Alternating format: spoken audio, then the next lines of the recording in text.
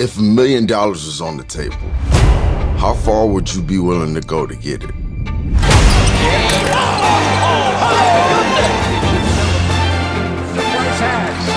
Sides pocket.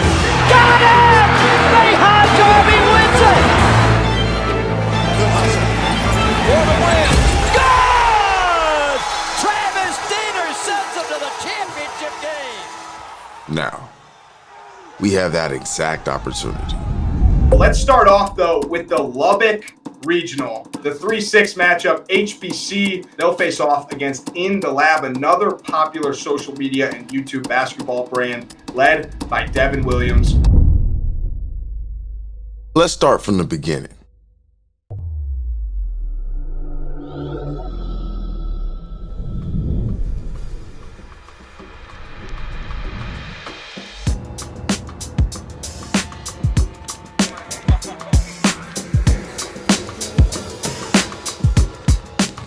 So this is our warm-up for the TBT. We just arrived in Atlanta, and it's time to hoop. We got the Bitcoin Classic where, some good competition. So we're gonna come out. If you lose, you go home. So, and we bought tickets to leave on Sunday, and it's Friday today. So we got to come in here and play hard. We got some good competition, and then we got our normal squad, but we added Steph. Then we got Cam. We played for the Ignite, Cam Young. And so we're gonna try to have a real good showing today. Play some defense, play fast, and hopefully this gets us right for the TBT.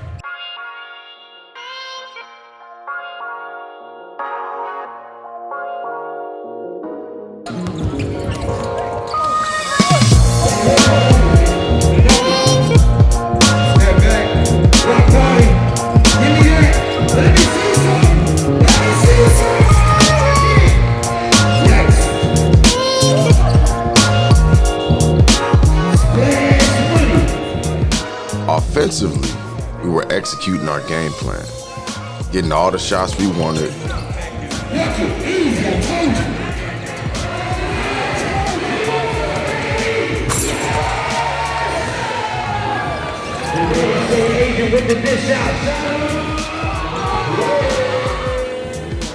Defensively, we let them get comfortable and confident, which was a mistake.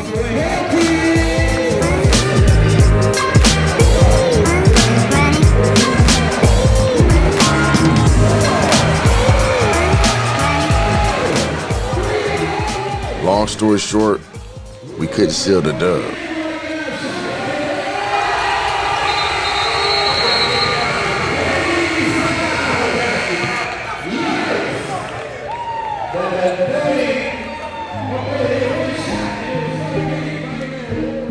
Hey, it's wins and losses. We lost the game. It is what it is. We didn't bring it from the jump.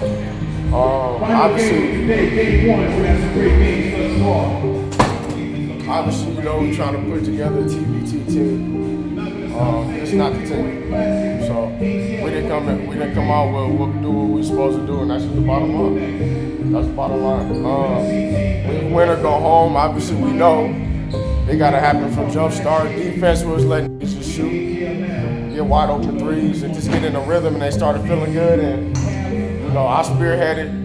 I didn't come with it from the jump. I got tired and subbed out at the end after we made a run. So I'll take blame on my part. Other than that, man, like I said, wins and losses should stay together. That's the bottom line. Atlanta made me realize something bigger, that I had to make a sacrifice. I was stepping away from the court. After Atlanta, it showed me a lot of things. I needed the new guys on our team to build chemistry and get reps together. We also were lucky enough to have the director of player personnel and public relations from the TBT attend our workout to give us some advice on everything. Excited for you guys to play in TBT and to be a part of this thing if you haven't experienced it before. It's a tremendous opportunity on a great stage. NBA teams watching, G League teams, overseas teams. I just talked to a team last week who played in it last year, and they had a guy who was basically on the verge of homelessness, who dropped 20 in their first round game and got a contract in second division in Spain this past season. So opportunities are there for guys who come in with the right mentality and do the right things, because people are watching you. You might not believe it, but a lot of people at a lot of different levels are checking you guys out. So it's a great stage to either take the next step or find that next contract or whatever it might be, if that's something you want. TBT can really provide that for you. So to win the TBT, you need a couple things. For starters, you need 2 or 3 really good scorers, guys who can take over a game. When things break down in a possession, they can just go and get you a bucket. You need guys who are selfless. You need glue guys who are going to do the little things, who are going to go for rebounds, who are going to dive on the floor for loose balls, who are willing to get dirty and do the little things to help your team win. And you need good chemistry. You need guys who are unselfish, who like playing with each other, who know how to play with each other. There's a common goal here. The common goal is to win $1 million. You can't do that alone. So you need guys, whether it's 1 through 10 or 1 through 12, however many guys you bring, to all be on the same page, working towards that common goal. So it's a mix of talent, guys willing to do the little things, and having that chemistry that can really shine. And that's what we've seen in our previous champions. The refs will let you play. Like the normal hand checking, the small stuff that you would want in a Drew League game or an overseas game, you're not going to get in TBT. And if you spend your time arguing with the refs and fighting the refs, you're going to lose against the refs and you're going to lose your game too. So it's important that guys understand that. They also need to understand that they just can't walk into this thing like it's a Drew League game and expect to win. This is a whole different beast. It's unlike anything they've ever played before. It's a mix of college basketball, of overseas basketball, of playing on the street, going to the park and pulling up there. Sort of the tenacity and all of that stuff kind of rolled into one. Every position matters. You can't afford bad shots, especially late in games and target score time. You have to be smart, and guys have to play within themselves and understand their roles, because anyone who kind of gets outside the system, you're setting your team up for failure. I mean, literally every possession matters. If you don't dive on the floor for a loose ball in the third quarter in a 4-point game, the other team goes down and hits a 3, that stuff can be backbreaking. And you go back and you watch these games and you realize that, these are the moments that cost us a game. So guys have to be willing to do the little things, to get dirty, to understand sort of how TBT works and understand the Edel mending, learning different scenarios. What if we do if we're up 4, and target score time is coming? What do we do? Do we try and go on a run and stretch it to 10 or 11? Do we call a timeout to trigger the target score time? Again, I mentioned, when you're playing, you're 3 points away from the target score. Everyone loves to just shoot threes. They want to be the guy, who puts the team on their back, who gets the nice highlight on ESPN, to shoot the 3 and get that game winner. But teams are willing to give up layups in those spots. So, you have to be smart and get the right buckets. Like, there's so much strategy that goes into the Edel mending and doing all that stuff that if that stuff isn't talked about or practiced, or those scenarios aren't worked on and these guys aren't prepared for it, for teams that have been playing this thing for several years, it comes back to haunt the new teams.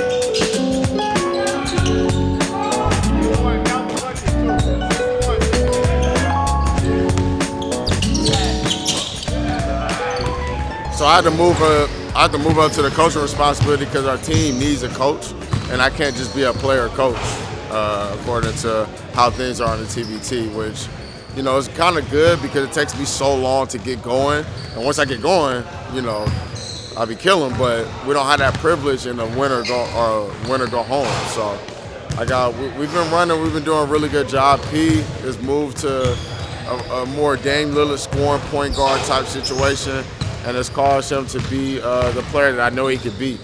He's getting everybody involved. He's hitting shots. Dom is playing well. Shannon's playing well. And I can't wait to see how this is when we get our regular team. I didn't get it on film, but the last time we had a couple more guys that are with us on that team, and we look good. We're running our sets. Defensively, we're defending, and I think we got a really good chance. The problem is, I don't know, because since everybody's here, I don't know who's going to start and who's not, because we're looking so good for what I thought was going to be the bench squad. But I'm super happy with how we look right now, and I'm excited to keep this going. Our first TBT game is next week, July 19th. Our calendars are marked. But that means we don't have that much time left. Remember, whenever you take a step back in life, you get back up and get in the lab.